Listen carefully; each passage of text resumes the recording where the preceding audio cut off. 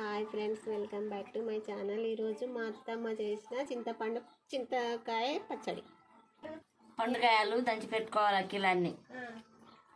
2 రోజులకు చింతపండు వేసుకోవాలి అందులో. 2 రోజులకు ఇది 2 రోజుల తర్వాత చింతపండు ఇంత వేసుకోవాలి. కిలోకు అర్ధపావు వేసినాక ఈ చింతపండు మిరపకాయలలో జీలకర్ర, కొత్తిమీర, ఎల్లిపాయలు, మిరియాలు అన్నీ వేసుకొని దంచుకొని పెట్టుకోవాలి. 2 రోజుల తర్వాత చింతపండు నానబెట్టుకోవాలి ఇంట్లోనే. ఓ నెల 10 రోజుల ఎంతో తర్వాత మాగినాక గడికింత నూరుకొని పోపు వేసుకోవాలి. జీలకర్ర, ఆవాలు, మెంతిపొడి అన్నీ వేసుకొని పోపు వేసుకోవాలి. కరివేపాకు, మిరపకాయలు. కిలో మిరపకాయలకు అర్ధపావు చింతపండు,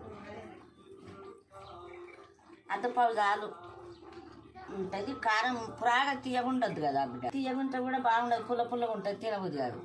కొంచెం కారం ఉంటేనే కిలో మిరపకాయలకు మాగి గింత అవుతుంది అట్లా. అందుకే అర్ధపావు చింతపండు చాలు కిలో మిరపకాయలకు.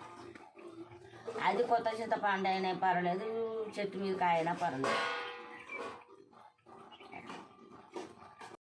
అంతే, చింతకాయ పచ్చడి రెడీ అయిపోయింది. మీకు ఈ వీడియో నచ్చినట్లయితే లైక్ చేయండి, సబ్స్క్రైబ్ చేసుకోండి. మా అత్తమ్మకు ఒక లైక్ ఇచ్చేయండి.